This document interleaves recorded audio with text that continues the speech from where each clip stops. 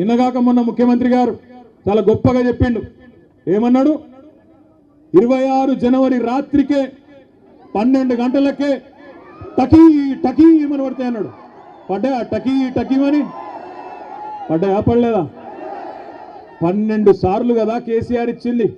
యాసంగికి వానకాలానికి లెక్క పెట్టుకుంటూ పోతే 6 ఏళ్లు నిరాటంకంగా మీరు అడగాల్సిన అవసరం లేకుండా ఎన్నికల్లో మీ ఓట్ల కోసం జూటా మాట చెప్పకుండా కేసీఆర్ గారు ఆనాడు రైతుల మీద ఉన్న ప్రేమతో ఒకవైపు రుణమాఫీ చేయంగానే ఇక ఈ పైసలు ఖచ్చితంగా మళ్ళీ రైతులకు వేయాలని చెప్పి ఆనాడు 2017 సంవత్సరంలో భారతదేశంలోనే మొట్టమొదటిసారిగా స్వాతంత్రం వచ్చిన తర్వాత రైతు బంధు పథకం పెట్టిండు.